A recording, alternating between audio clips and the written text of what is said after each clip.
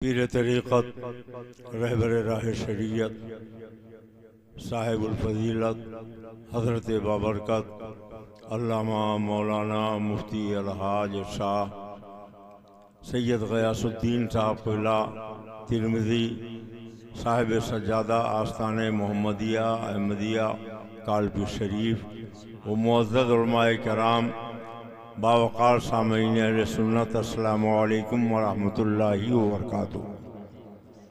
अल्हम्दुलिल्लाहि वलिय्यिही व सलातु अला नबिय्यिही व अला आलिही व असहाबिहिल मुतअद्दिबीना बिआदाबिही अम्मा बाद फ़अऊज़ु बिल्लाहि मिनश शैतानिर रजीम बिस्मिल्लाहिर रहमानिर रहीम।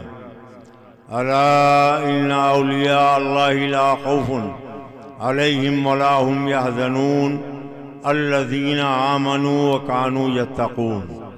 सदक़ल्लाहुल अलिय्युल अज़ीम व सदक़ रसूलुहुन नबियुल अमीनुल करीम व नहनु अला ज़ालिका लमिनश शाहिदीन व शाकिरीन वल्हम्दुलिल्लाहि रब्बिल आलमीन।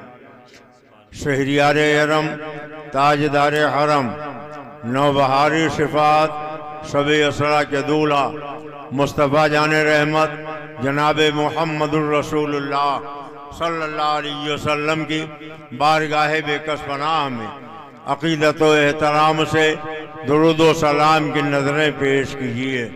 अल्लाहुम्मा सल्लि अला सय्यिदिना व नबियना व मौलाना मुहम्मदिन मादिल जूद वल करम व अला आलिहि व बारिक व सल्लिम सलातन व सलामन अलैका या रसूलुल्लाह।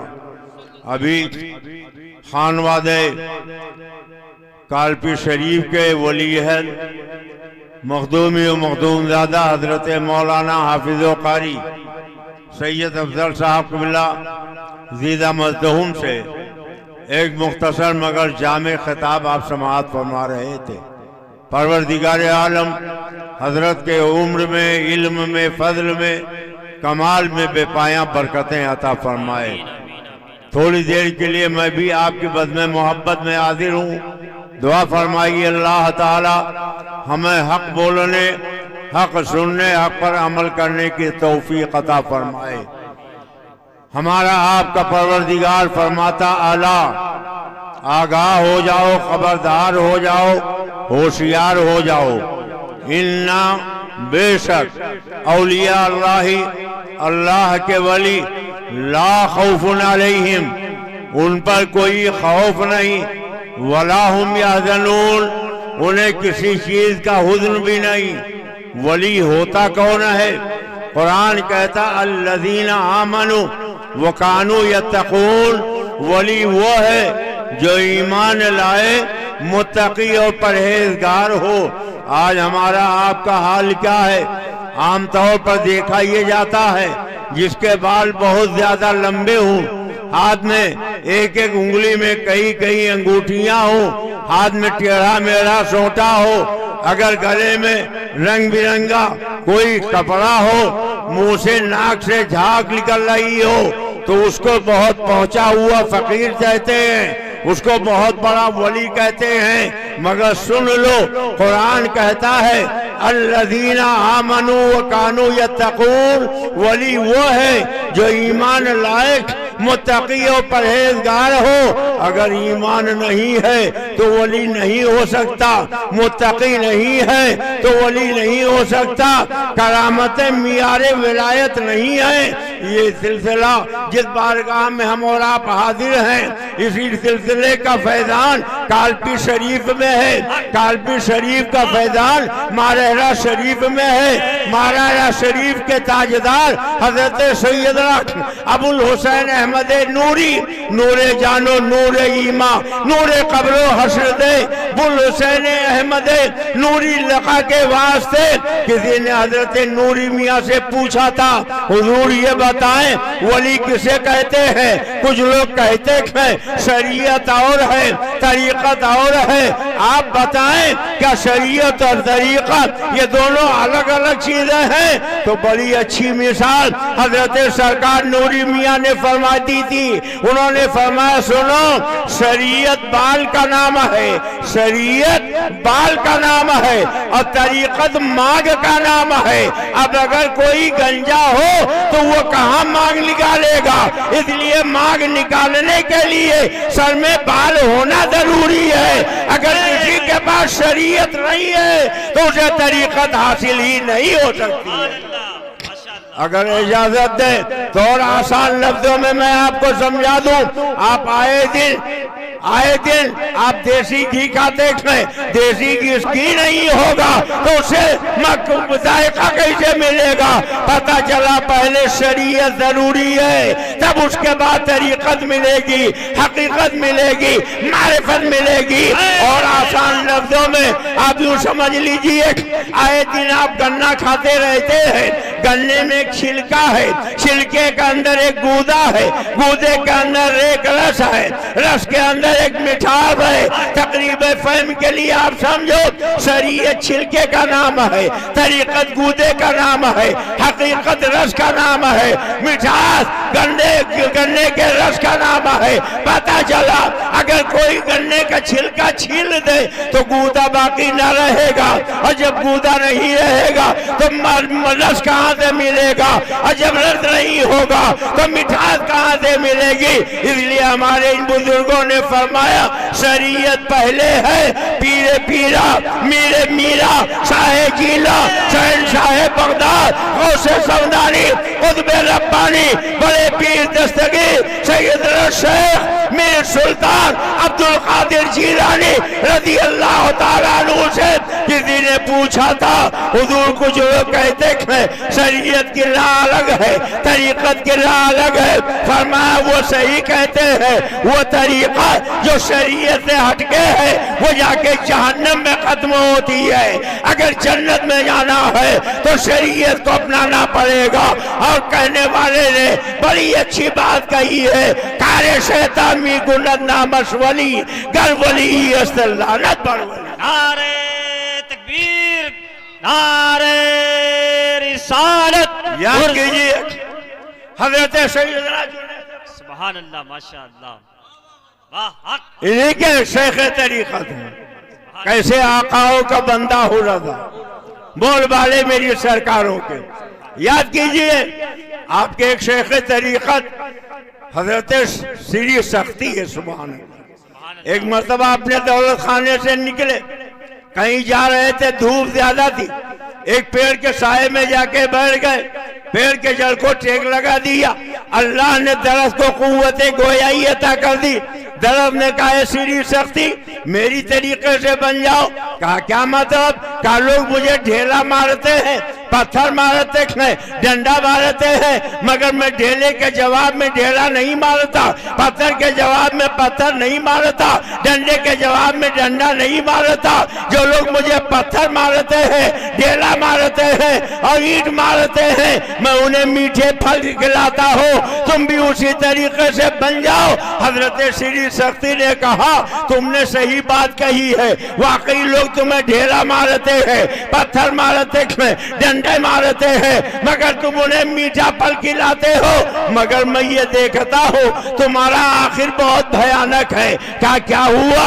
कहा जब तुम सूख जाते हो तो तुम्हें जला के कोयला बना दिया जाता है, खाक कर दिया जाता है। जब तुम्हारे अंदर इतना कमाल है तो तुम्हें जलाया क्यों जाता है, राख क्यों बनाया जाता है? तो उस पेड़ ने कहा, हुजूर बात ये है, मेरे अंदर जहाँ तमाम खूबियाँ हैं वहीं ये खराबी भी है। मेरा कोई ठिकाना नहीं है, हवा के दोष पर मैं उड़ता रहता हूँ। हवा जिधर ले जाती है मैं उधर उड़ जाता हूँ, हवा जिधर फेंकती है मैं उधर चला जाता हूँ। और चूंकि मैं एक जगह कायम नहीं रहता, हवा के इशारे पर चलता हूँ, इसलिए मुझे ये सजा मिली है कि मेरे आखिर में मुझे जला के राख कर दिया जाता है। इसलिए मुसलमानों, आप जमाने की हवा को मत देखो, आप अपने बुजुर्गों की तारीख उठा के देखो। आपके बुजुर्गों ने आपको जो सबक सिखाया है उसी पर अमल करो। यही हज़रत श्री शक्तिक में जा रहे हैं, रास्ते में देखा एक शराबी शराब के नशे में दूध पड़ा है। अल्लाह अल्लाह अल्लाह कह रहा है। करीब पहुंचे, उठा के बैठाया, कुल्ली कराई, मुंह धुलाया, चले गए। जब शराबी को होश आया, उसने कहा ए लोगों, मैं तो शराब के नशे में था, मेरा मुंह किसने को धुलाया, मुझे कुल्ली किसने कराया, मेरा मुंह किसने पाक किया। लोगों ने कहा तुझे नहीं मालूम, अरे तेरे मुंह को हजरत श्री शक्ति ने पाक किया है। सुना कहाँ पुट्ठा, इतने बड़े वली ने मेरा मुंह धुलाया, दिल ही दिल में तौबा किया, मौला कभी शराब होठों से नहीं लगाऊंगा, अब अपना मुंह कभी नापाक नहीं होने दूंगा। रात का पिछला पहर आया, मस्जिद पहुंच गया, नियत बांध के नमाज़े तहज्जुद पढ़ने खड़ा हो गया। हजरत श्री शक्ति भी पहुंचे, उन्होंने शराबी को देखा, मस्जिद में नमाजी बन के खड़ा है। इरशाद फरमाया मौला ये तो शराबी था, ये नमाजी कैसे बन गया। जवाब मिला है श्री शक्ति तुम्हारी गैरत को गवारा ना हुआ कि ये नापाक मुंह से मेरा पाक नाम ले, तो मेरी मोहब्बत को गवारा ना हुआ कि जिसका मुंह तुमने पाक कर दिया दोबारा नापाक हो। तुमने मेरी मोहब्बत में इसका मुंह नापाक किया है, मैंने तुम्हारी मोहब्बत में इसका दिल पाक कर दिया। हजरत श्री शक्ति ने अब उस शराबी से पूछा मियां तुम तो शराबी थे, ये नमाजी कैसे बन गए। तो उसने मुस्कुरा के कहा हुजूर वाला, जब मेरे परवरदिगार ने आपको सब कुछ बता दिया है तब आप मुझसे क्यों पूछ रहे हैं। गौर कीजिए, वो अभी अभी तौबा किया है, इस मंजिल पे फाइज हो गया कि एक वली और खुदा में जो राज़ो नियाज हो रहा उसे पता चल रहा है कैसे आकाओं का बंदा हूँ रज़ा, बोल बाले मेरी सरकारों के। मगर आज तो लोग करामतें देखते। हजरत सैयदना जुनैद बगदादी रज़ी अल्लाह ताला अन्हु के यहाँ एक शख्स आया, 15 दिन रह गया, 15 दिन के बाद बोरिया बिस्तर उठाया, जाने लगा। हजरत जुनैद बगदादी ने पूछा मियाँ आए थे तब क्या सोच कर आए थे, जा रहे हो तो क्यों जा रहे हो, कुछ तो जाते जाते बताते जाओ। कहा हुजूर मैं इसलिए आया था कि अगर मैं आपकी कोई करामत देखूंगा तो मैं आपसे मुरीद हो जाऊंगा। 15 दिन मैं आपके यहाँ रह गया, मैंने कोई करामत नहीं देखी, इसलिए मैं जा रहा हूँ कोई करामत वाला पीर तलाश करने के लिए। हजरत सैयदना जुनैद बगदादी ने फरमाया ठीक है जा रहे हो जाओ, मैं तुम्हें रोकता नहीं। 15 दिन तुम मेरे यहाँ रह गए, तुमने मेरी कोई करामत नहीं देखी, मगर जाते जाते जरा इतना तो बता दो कि तुमने मेरी कोई करामत तो नहीं देखी है, मगर मेरा कोई काम शरीयत के खिलाफ तुमने देखा है। तो उसने कहा हुजूर वाला 15 दिन मैंने आपका नमक खाया है, मैं झूठ नहीं बोलूंगा। 15 दिन मेरे आपके यहाँ गुजरे, 15 रातें मैंने गुजारी, 15 सुबह मैंने देखा, 15 शामें आपकी मैंने देखी, मैंने आपके कोई करामत तो नहीं देखी, मगर आपका कोई काम शरीयत के खिलाफ नहीं देखा। हजरत जुनैद बगदादी ने फरमाया इससे बढ़कर करामत क्या चाहता है कि आदमी शरीयत पे ऊपर गामजन हो जाए। हम करामतों के मुनकिर नहीं, मगर एक वाकया याद आ गया, आप इजाजत दीजिए तो बता दूं। 2 लफंगे कहीं सफर में चले, बीच में दरिया हायल हो गया, अब दरिया पार करना था, कश्ती में बैठ गए और जब दरिया में बीच में कश्ती पहुंची तूफान आया और कश्ती डगमगाने लगी। तेज हवा के झोंके से, तूफान से ऐसा लगा अब डूबेगी तब डूब गई। कश्ती के मल्लाह ने कहा सब अपने अपने गुनाहों से तौबा कर लो, अब कोई साहिल तक नहीं पहुंचेगा, अब ये कश्ती डूब जाएगी, इसलिए अपने गुनाहों से तौबा कर लो।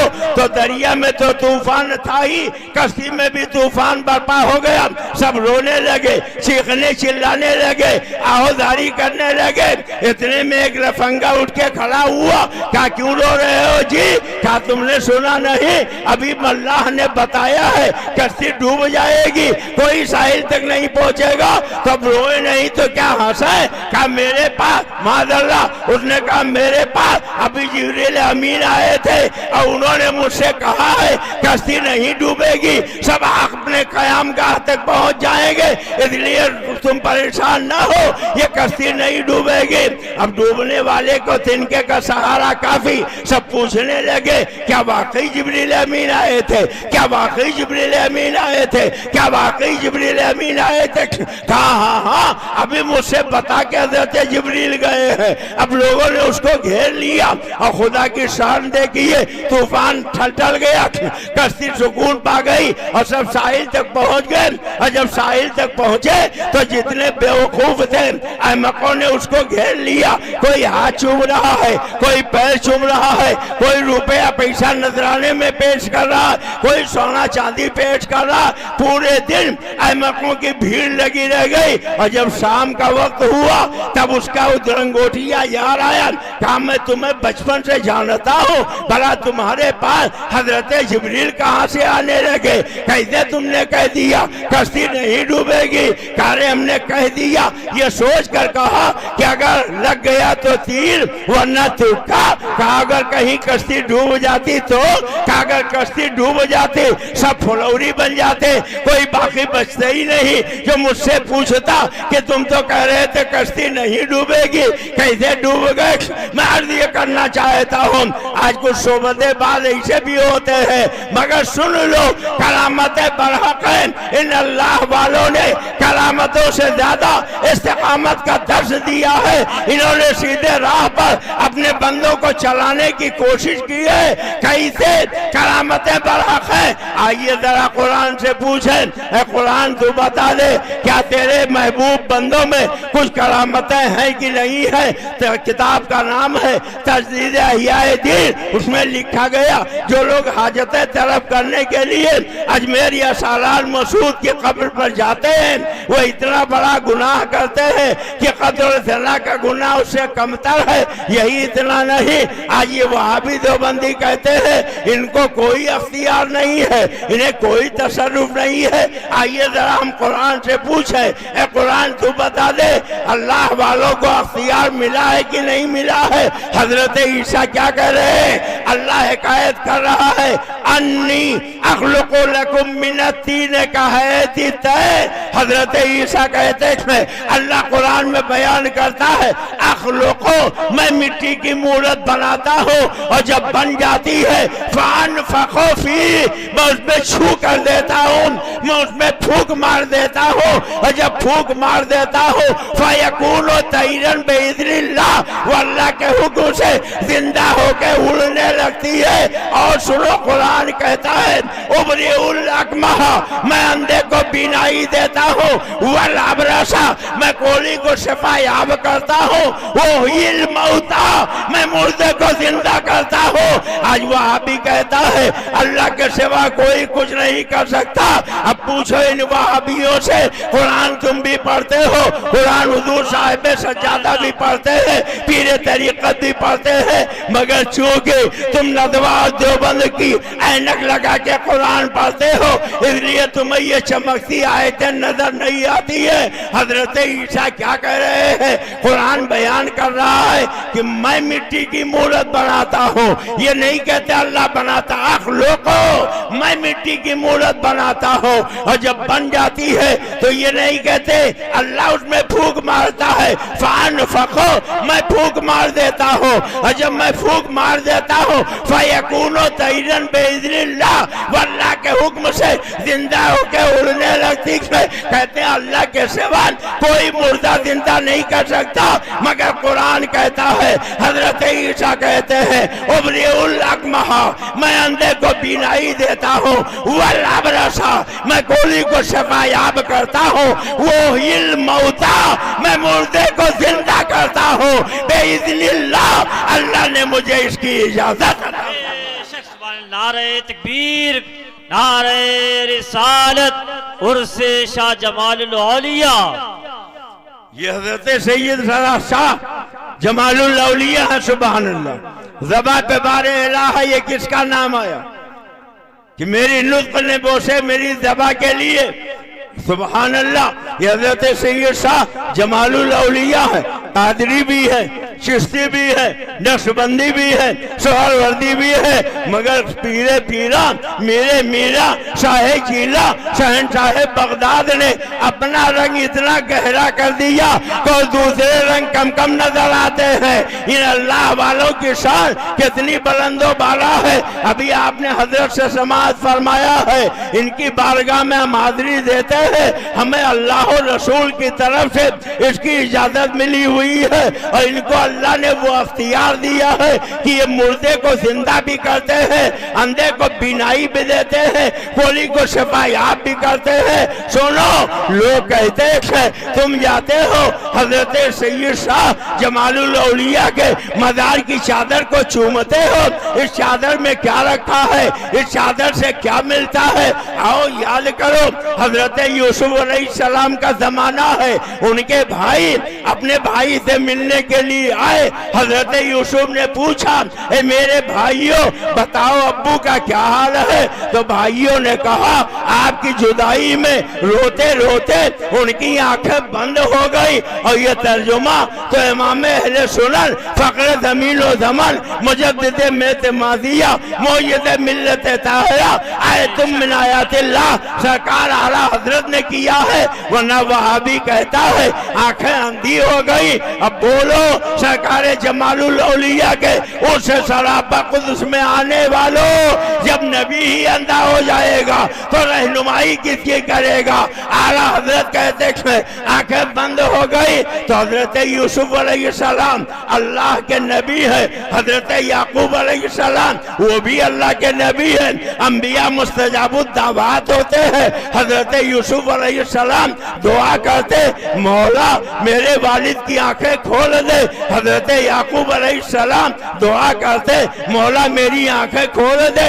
आंखें खुल जाती, मगर न बेटा दुआ कर रहा है न बाप दुआ कर रहा है, क्या कर रहे हैं। आओ कुरान से पूछो, कुरान बयान करता है हजरत यूसुफ अलैहिस्सलाम अपने जिस्म का कुर्ता शरीफ उतारते हैं और अपने भाइयों को देते हैं और कहते हैं इज़हाबू बिक़मीसी हादा, इज़हाबू बिक़मीसी हादा फ़अल्क़ूहु अला वजहि अती बसीरा, मेरी ये कमीज ले जाओ मेरे वालिद के चेहरे पर डाल दो, उनकी आंखें खुल जाएगी। और जब भाई लोग हजरत यूसुफ अलैहिस्सलाम की कमीज लेकर गए, हजरत याकूब को दिया, हजरत याकूब अलैहिस्सलाम ने अपने चेहरे पर कमीज को डाला तो कुरान कहता है फरतद्दा बसीरा, उनके आंखों की बीनाई वापस आ गई। पता चला ये अल्लाह वाले तो हाजत रवा होते ही है, ये अल्लाह वाले तो मुश्किल कुशा होते ही है,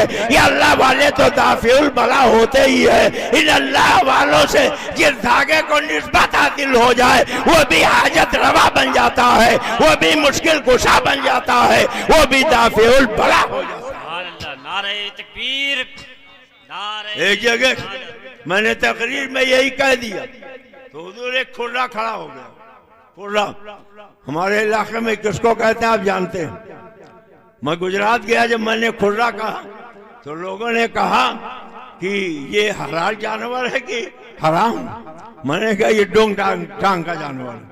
हमारे यहाँ वहाबी को चंबूड़िया कहते हैं और हैदराबाद जाइए तो हम पकौड़ा कहते हैं। खड़ा हो गया, कहने लगा मौलाना आप इतना ज्यादा वलियों को बढ़ाते हैं, उन्हें खुदा से मिला देते, उन्हें खुदा से मिला देते हैं। वलियों के अख्तियार का कोई सबूत दीजिए। आपने जितनी आयतें पढ़ी ये नबियों के ताल्लुक से, वली का अख्तियार कुरान से साबित करो। मैंने कहा याद करो हजरत सुलेमान अलैहिस्सलाम के दरबार से हुदूद गायब, हुदूद गायब। और जब हजरत सुलेमान ने नजर दौड़ाई, फरमाया हुदूद कहाँ गया? लोगों ने कहा हुजूर पता नहीं, कहा आने दो, अगर कोई अच्छी खबर न लाया तो खैरियत नहीं होगी। कुछ देर के बाद हुदूद आया तो हजरत सुलेमान अलैहिस्सलाम ने पूछा मियाँ कहाँ थे? डेरा सहमा हुआ। कहा हुजूर मैं मुल्क सबा गया था, वहां मैंने एक रानी को देखा। और कुरान कहता है हुजूर ने कहा वल्लाहा अर्शुन अज़ीम, उसके लिए बहुत बड़ा तख्त है। सरकार 7 महल में ताले में बंद आखिरी कमरे में वो अपने तख्त पर बैठती है, वो रानी अपने तख्त पर बैठती है, मगर वो शिर्क करती है।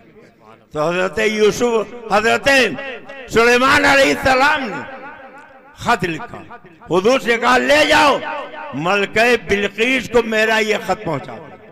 कहा हुजूर जाएं कैसे? कहा तुम तो हुदूद हो ना, रोशनदान और झरोखों से होते हुए आखिरी कमरे में जाओ और मलका की गोद में मेरा ये खत डाल दो। हुजूर लेके चला, मलका के कमरे के अंदर पहुंचा और मलका की गोद में अल्लाह के पैगंबर का खत डाल दिया। और जब मलके बिल्कीस ने खत पढ़ा तो चेहरे का रंग बदल गया, परेशान हो गई। दरबारियों ने कहा आप कभी परेशान नहीं हुई, बड़े बड़े बादशाहों से आपने मुकाबला किया, आपके चेहरे पर कभी तरद्दुद के आसार नजर नहीं आए, ये कैसे आप इतना परेशान? कहा ये खत आया, कहा आप हमें इजाजत दीजिए, हम उनसे मुकाबला करेंगे। कहा नहीं ठहरो, पहले हम उनका इम्तिहान लेंगे, अगर वो नबी हैं तो उन पे ईमान लाएंगे, और अगर नबी नहीं है तो उनका मुकाबला करेंगे। कहा कैसे इम्तिहान लोगी? तो सरदारों को बुलाया, सोने की ईंट, चांदी की ईंट, मुश्क, ज़ाफ़रान, तमाम तोहफे तैयार किए और सरदारों से कहा लेके जाओ। मलके बिल्कीस ने कहा ये लेके जाओ, उनकी खिदमत में तोहफा पेश करो, अगर हजरत सुलेमान ने मेरा तोहफा कबूल कर लिया तो मैं समझूं कि बादशाह है, मैं उनसे जंग करूंगी। अगर तोहफा नहीं कबूल किया तो मैं समझ लूंगी कि ये बादशाह है, मैं उनसे जंग करूंगी। उधर मलके बिल्कीस के सरदार मलका का दिया हुआ तोहफा लेकर चले। इधर हजरत सुलेमान अलैहिस्सलाम ने अपने दरबारियों से फरमाया मलका के कासिदार हैं, जाओ 50 किलोमीटर तक पूरी सड़क सोने चांदी के ईंट की बनाओ। दरबारियों ने सोने चांदी की ईंट की सड़क बना दी। अब मलका के कासिद सर पे सोने की ईंट, चांदी की ईंट, मुश्क, ज़ाफ़रान का तोहफा लेकर चले। पैर बढ़ाया तो सोने की ईंट पर, दूसरा पैर बढ़ाया तो चांदी की ईंट पर, और निदामत से सर झुक गया। जो हम तोहफा लेकर जा रहे हैं तो वो तो हमारे जूतियों के नीचे, किस मुंह से ले जाऊं? मगर मलका का हुक्म था, ले गए, हजरत सुलेमान के दरबार में पेश किया। हजरत सुलेमान ने फरमाया वापस जाओ, ये सारा तोहफा ले जाके अपनी मलका को दे दो, उससे कहो मुझे तोहफे की जरूरत रही, वो आके ईमान लाए। दरबारियों ने जाके कहा, अब मलका चल पड़ी। कुल 3 किलोमीटर का फासला रह गया। बोलो कितना? जोर से बोलो ताकि आपको भी याद हो जाए। कितना कितना रह गया? 3 किलोमीटर का फासला रह गया। अब हजरत सुलेमान फरमाते अपने दरबारियों से, मलका आ रही है, तुम में से कोई ऐसा है जो मलका का तख्त उसके यहाँ पहुंचने से पहले लाके पहुंचा दे? उसके यहाँ पहुंचने से पहले लाके पहुंचा दे? तो काला इफरीतो मिलने से पहले मलका का तख्त लाके आपके दरबार में पहुंचा दूंगा। अब मलका का तख्त लाके पहुंचाने का वादा किया। हजरत सुलेमान का दरबार दोपहर तक चलता था। मलका 3 किलोमीटर के फासले पर।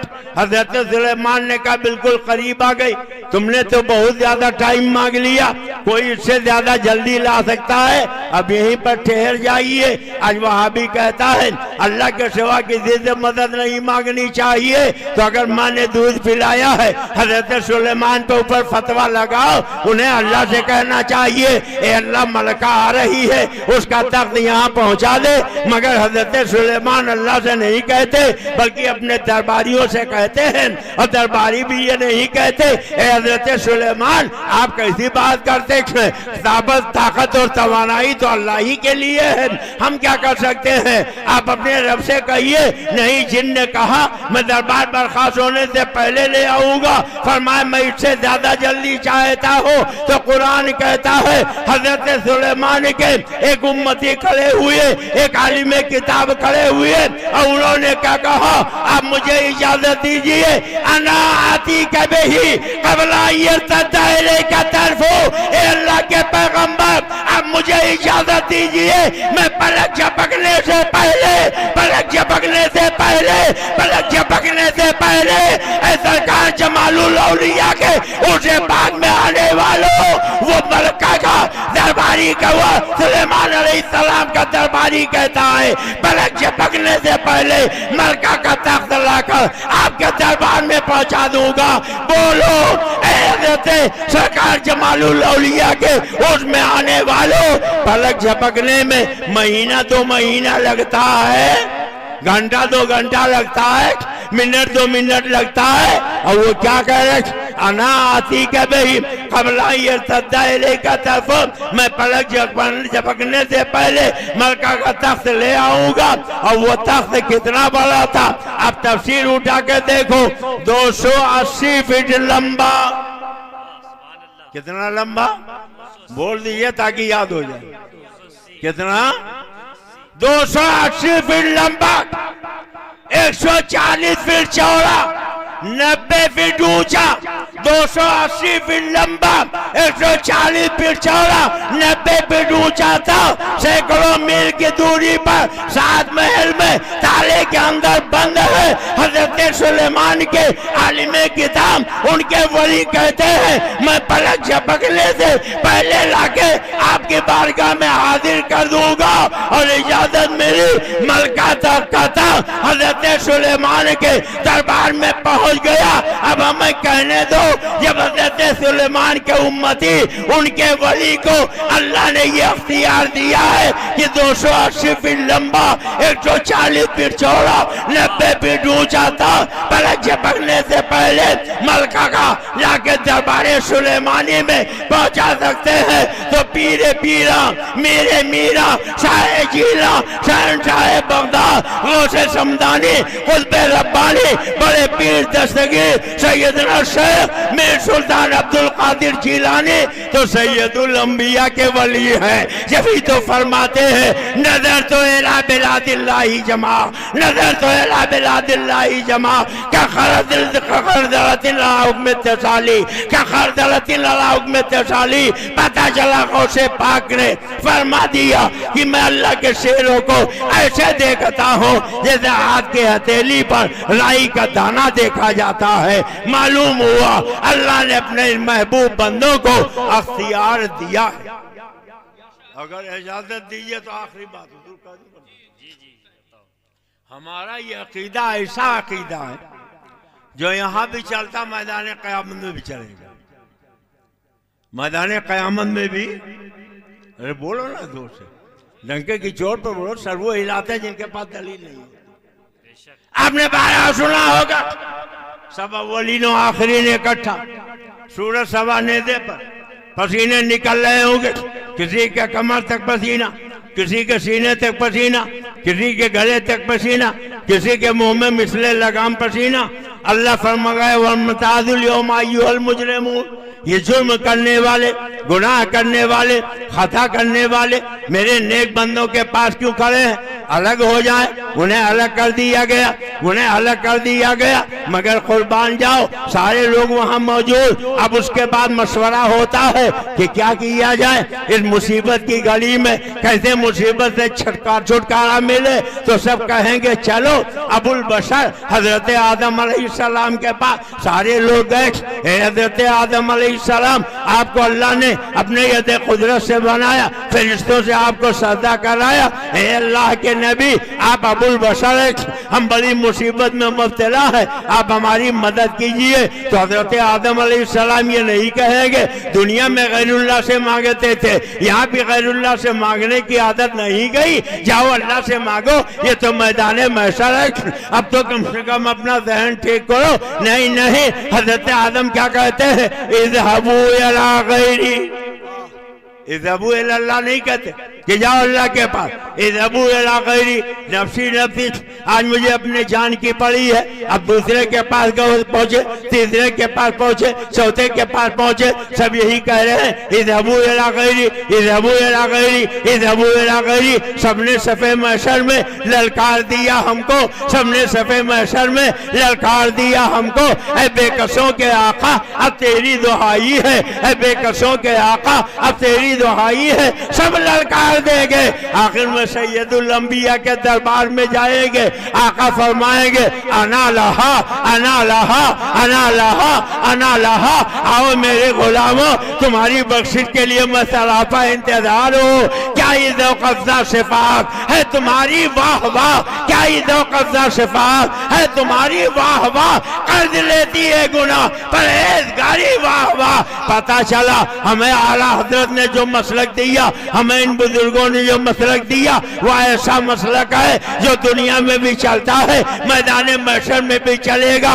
मातम करें ये बदनजीर वह भी गैर मुक़ल्लिद जिनका अकीदा दुनिया में नहीं चलता। आला हजरत फरमाते हैं हाकिम हकीम दादो दवा दे ये कुछ न दे, मरदूद ये मुराद के शायद खबर की है, बे इनके वास्ते के खुदा कुछ आता करे, हाशा गलत गलत ये हबीब बेबसर की है। हुजूर मुफ्ती आजम ने कहा वज़्र मौला चाहते हो तो वसीला ढूंढ लो, वज़्र मौला चाहते हो तो वसीला ढूंढ लो, बेवसीला नजदियो हरगिज खुदा मिलता नहीं। गैर मुमकिन है कि चलिए छत सीना छोड़कर मिल नहीं सकता खुदा उनका वसीला छोड़कर। अल्लाह का शुक्र है हमारे बुजुर्गों ने हमको ऐसा मसलक दिया जो दुनिया में भी चलता है, मैदान महशर में भी चलेगा। इसलिए हजरात इसी सच्चे मसलक और अकीदे पर कायम रहिए। ये जाहिरी ठाट बाट, ये जाहिरी भीड़ भाड़, इसकी कोई हैसियत नहीं होती। हजरत के जद्दे आलम, हजरत के शेख तरीक़त सरकार गौसे पाक जा रहे हैं जुमा की नमाज पढ़ने के लिए, मुरीद पीछे पीछे चल रहा, न कोई सलाम कर रहा न हाथ मिला रहा। मुरीद के दिल में ख्याल आया अच्छे पीर साहब हैं, कोई सलाम तक नहीं करता, मुसाफा तक नहीं करता। अभी दिल में सोचा ही था कि अब जो आ रहा मुसाफा कर रहा, हाथ चूम रहा, इतनी भीड़ हुई कि मुरीद बहुत दूर रह गया। अब सोचने लगा जुमा का वक्त करीब आ गया और ये सलाम मुसाफे में लगे हुए, ऐसा लगता है जुमा भी छूट जाएगा। तो सरकार गौसे पाक ने चेहरा फेरा और इरशाद फरमाया कि अगर कोई ना आए तब भी शिकायत और लोग आ जाएं तब भी शिकायत। उन्होंने कहा सरकार माफ कर दीजिए, तो ये अल्लाह वाले तो दिलों का भेद जानते हैं, दिलों का राज जानते हैं। जिसे चाह अपना बना लिया, जिसे चाह दर पे बुला लिया, ये बड़े करम के हैं फैसले, ये बड़े नसीब की बात है। आप ज्यादा तादाद में नहीं आए, कम ही आए हो, मगर अपने नसीबे पर जर्रात करो कम है। और यूं कहो बुलाया है तो आए हैं, बुलाएंगे तो आएंगे, बुलाया है तो आए हैं, बुलाएंगे तो आएंगे। वहां भी क्यों बड़े तेरा कलेजा आने जाने। हमारे यहाँ बाराबंकी में एक बुजुर्ग हजरत शाह अब्दुल रज़्ज़ाक बासगी सिलसिले कादरिया के बहुत बड़े वली है, उनके एक मुरीद थे, कौम के नाई थे। एक दिन किस्मत लेकर पहुंच गए, कहा हजरत हजामत बनवा लीजिए। कहा रोजाना एक मामूल था, उस पे वक्त पे आते थे, आज पहले क्यों आ गए। कहा हुजूर बहुत दिनों से मेरी तमन्ना थी कि बाराई शरीफ से ये सालार मसूद काजी के मेले में जाऊंगा। अब की मरतबा हमने पुख्ता इरादा कर लिया, मैं इसलिए आ गया कि आपको जहमत ना हो, आज ही हजामत बनवा लीजिए। तो हजरत शाह अब्दुल रज़्ज़ाक बासवी ने फरमाया कि मैं भी बहुत दिनों से सोच रहा था, चलो अच्छा हुआ आ गए, दोनों साथ ही चलेंगे। अब तो मुरीद खुश हो गए कि पीर भी चढ़ाएंगे, हम भी चढ़ाएंगे। जाने वाले जाते रहे और जब आखिरी काफिला भी चला गया तो आया, कहा हुजूर अब सब चले गए, बताइए कब चलेंगे। तो हजरत ने फरमाया कि मुझे कुछ काम पड़ गया, मैं नहीं।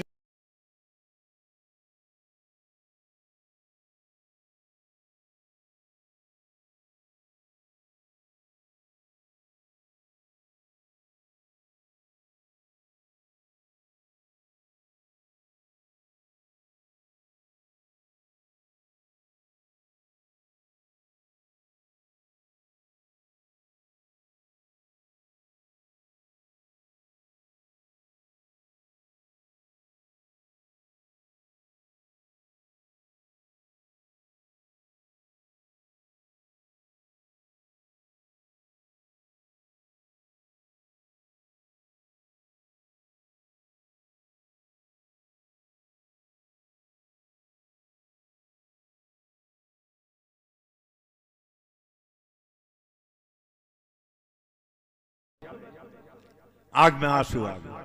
तो हजरत आपने रोक रोक के रखा। अब कहते हैं चले जाइए, अब बताइए। कोई साथी नहीं, मैंने कभी राह नहीं देखी, कैसे चला जाऊं, कैसे चला जाओ। तो फरमाया कि जाओगे कहाँ? एक खत लिखा, का इसको संभाल के रख लो, जब वापस आना होगा तो मजार के पूरब तरफ वाले गेट पे खड़े हो जाना। एक नौजवान घोड़े पे सवार आएंगे, उन्हें मेरा ये खत दे देना, उन्हीं से कह देना वापस भेज दीजिए, वो वापस भेज देंगे। मुरीद ने खत संभाल के रखा। कहा हुजूर मगर जाऊं कैसे? आंखें बंद करो। आंख बंद की, सर पे हाथ रखा, फरमाया आंखें खोलो दो। आंखें खोली तो देखा ना तो बांसा है, न वहाँ हजरत शाह अब्दुल रज़्ज़ाक़ बासवी है, बहराइच के नाल दरवाजे के सामने खड़ा हुआ है।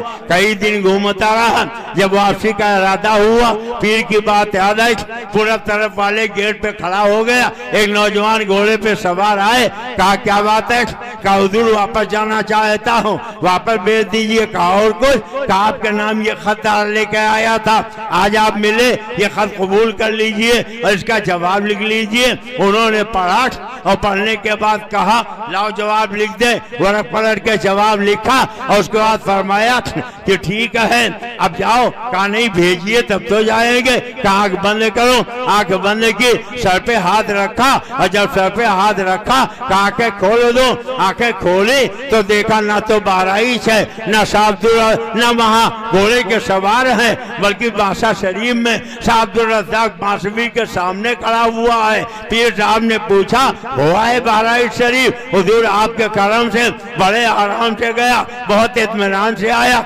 मेरे खत का जवाब लाए। कहा हुजूर मैंने जवाब लिखा लिया है, ये लीजिए। अच्छा ये बताओ क्या सैयद सालार मसूद गाजी से भी मिले थे? कहा हुजूर हम जैसे लोग उनसे क्या मिलते कहेंगे? कहा किससे मेरे खत का जवाब लिखा लाए? कहा जिसको आपने खत लिखा था। कहा वही तो सैयद सालार मसूद गाजी थे जिनके नाम हमने खत लिखा था। सर पीट लिया, मैंने मुलाकात भी की, मैंने जवाब भी लिखाया और मैं पहचान तक न सका। कहा ये बताइए आपने खत में क्या लिखा था? कहा मैंने लिखा ये लू धूप का जमाना, गर्मी का मौसम, आप लाखों बंदगाने खुदा को अपने दरबार में बुलाते हैं, आपको क्या मिलता है? कहा जवाब में क्या लिखा? कहा जवाब में उन्होंने लिख दिया कि आप अपने एक मुरीद नाई को नहीं रोक सके तो मैं अपने लाखों चाहने वालों को कैसे रोको?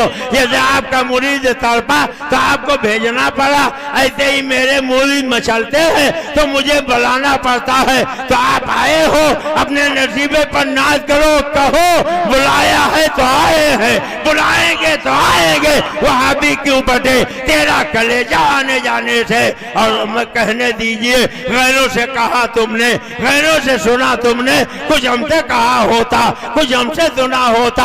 आज बड़े बड़े शाहाने जमाना मर गए, उनकी मरघटों का कहीं नामो निशान नहीं, मगर 700 साल से ज्यादा अरसा हजरत सरकार जमालुल औलिया को बीत गया, मगर दीवाने इनके आस्थाने पर आते हैं। क्यों आते हैं? हर कुजा बूद चश्मे शीरी, हर कुजा बूद चश्मे शीरी, मर्दुमा मुर्ग वो मोर गिरता है, या मीठे पानी का चश्मा होता है, वह आदमी झूठी चिड़िया सब इकट्ठा हुआ करते हैं। और ये तो जाहिरी लोग हैं जो आए हैं, और अल्लाह वाले किस किस लिबास में कैसे कैसे किस किस हाल में आते थे। और ये सिलसिला तो कादरी भी है, चिश्ती भी है, नक्शबंदी भी है, सोहरवर्दी भी है। अगर इजाजत दीजिए तो एक वाकया और अर्ज कर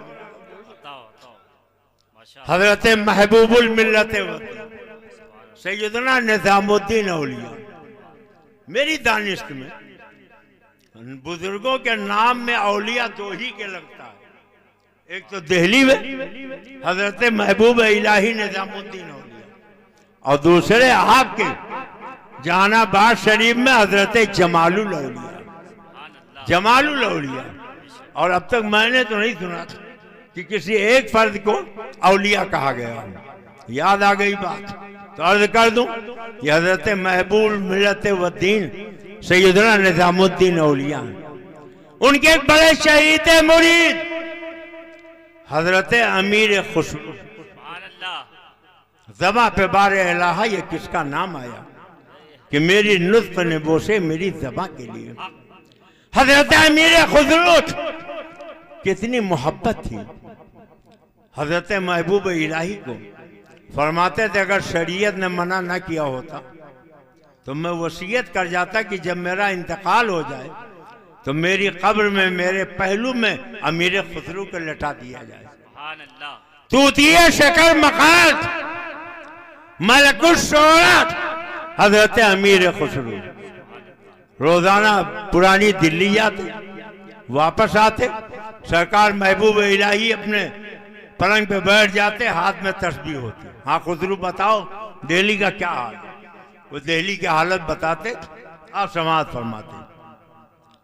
हजरत महबूब इलाही निजामुद्दीन औलिया से एक दिन हजरत अमीर खुसरू ने कहा कि हजरत मेरा जी चाहता है कि मैं कलियर शरीफ चला जाऊं। आज तो हमारा हाल ये है कि हमारे मदरसे में कोई लड़का पढ़े तो हम ये कोशिश करते हैं किसी दूसरे के उस्ताद के करीब ना जाए। आज के पीर के दामन से कोई वाबस्ता हो जाए तो सोचते हैं कोई दूसरे पीर के करीब ना जाए। मगर ये हजरत महबूबुल मिल्लत व दीन सैयदना निजामुद्दीन औलिया फरमाते हैं जाओ जाओ चले जाओ, मगर जाओ तो वहां मेरा एक साथी रहता है अलाउद्दीन, उससे भी मिल लेना। हजरत अमीर खुसरू गए, हजरत सैयदना मखदूम अलाउद्दीन अली अहमद साबिर कलियरी। कौन है ये मखदूम अलाउद्दीन अली अहमद साबिर कलियरी? ये सरकार गौसे पाक की नस्ल थे। वालिद का नाम अब्दुल रहीम था। माँ ने ख्वाब देखा जब शिकम में थे, सरकार की जियारत हुई तो आकाए करीम ने फरमाया कि जब तुम्हारे यहाँ बच्चा पैदा हो तो इसका नाम अहमद रखना। दूसरे दिन मौलाए कायनात हैदर कर्रार की जियारत नसीब हुई, उन्होंने फरमाया कि इसका नाम अली रखना मेरे नाम पर। तो हमने नाम क्या हो गया? अली अहमद। और जब माँ बहन अपने भाई हजरत बाबा फरीदुद्दीन के पास लाई, कहा भैया ये बड़ा शर्मीला है, भूखा न रहने पाए। तो हजरत बाबा साहब ने फरमाया बेटे जाओ, मैंने तुम्हें अपने लंगर खाने का मुहाफिज बना दिया, जो भूखे आए उन्हें खिलाना। कुंजी दे दी। 12 साल रह गए, माँ मिलने के लिए पहुंची तो देखा सूख के कांटा हो गया, खाली हड्डी चमड़ा। बेटे क्या हाल है? माँ 12 साल हो गए कुछ खाने को नहीं मिला, भूख लगती थी, जान बचाने के लिए जंगल चला जाता था, पत्ते चबा लेता था और उसी से बसर हो रही है। माँ अपने भाई हजरत सैयदना सरकार अलाउद्दीन अली अहमद साबिर कलियरी के पास पहुंची, भैया ये क्या? तो हजरत बाबा फरीदुद्दीन ने बुलाया, कहा साबिर तुमने 12 साल तक कुछ खाया नहीं, मैंने तो तुम्हें पूरा लंगा खाना सुपुर्द कर दिया था। कहा मामू आपने कहा था जो भूखे आए उन्हें खिलाना, ये कब कहा था कि खुद भी खाना? तो फरमाया तुम तो साबिर हो। तो उसी दिन से उनका नाम पड़ गया अलाउद्दीन अली अहमद साबिर कलियरी। हजरत अमीर खुसरू गए, सलाम किया, तो हजरत साबिर पाक ने पूछा कहाँ से आए हो? कहा मैं दिल्ली से आया हूँ। कहा मेरा एक वहाँ साथी दोस्त निजामुद्दीन रहता, जानते हो? कहा जानता नहीं, मैं उन्हीं का मुरीद हूँ। अच्छा वो मुरीद भी करता? कहा कितने मुरीद है? तो हजरत अमीर खुदरू ने फरमाया कि जितने आसमान में तारे, जितने आसमान में तारे। तो हजरत अलाउद्दीन अली अहमद साबिर कलियरी ने फरमाया कि मेरा तो एक शम्स काफी है। शम्स कहते हैं सूरज को। कितनी मानवीयत है। सूरज अगर निकलता तो सारे चांद सितारों की रोशनियां मात पड़ जाती। वक्त ज्यादा हो रहा, आप कुछ बोझ महसूस कर रहे हैं, बस आखिरी बात अर्ज कर दूं। कितनी मोहब्बत थी पीर से, कितना इश्क था पीर से। हजरत महबूब इलाही ने कभी किसी शाही दरबार में हाजिरी नहीं दी, मगर हजरत अमीर खुसरू को इजाजत थी कि तुम शाहों के यहाँ जाओ। 7 मुगल बादशाहों का दौर उन्होंने देखा। एक मरतबा गयासुद्दीन के साथ वो गए और वहां से वापस लौटे।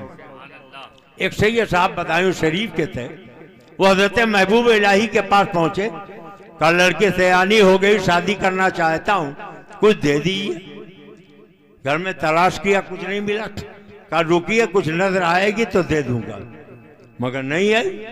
कहा 1-2 दिन और रुकिए, कहा मुझे जल्दी है, मैं जा रहा हूं, आपको देना हो कुछ दे दीजिए।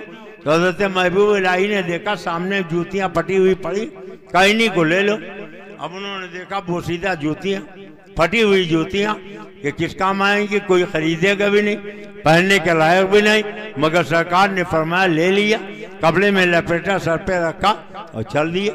उधर गयासुद्दीन के साथ अमीर खुसरू वापस पलटे। एक जगह पहुंचे, वहीं एक सराय थी। सैयद साहब भी उसी सराय में आराम के लिए लेट गए। रात के 12 बज गए और हजरत अमीर खुसरू पहुंचे। शाही फौज वहीं ठहर गई।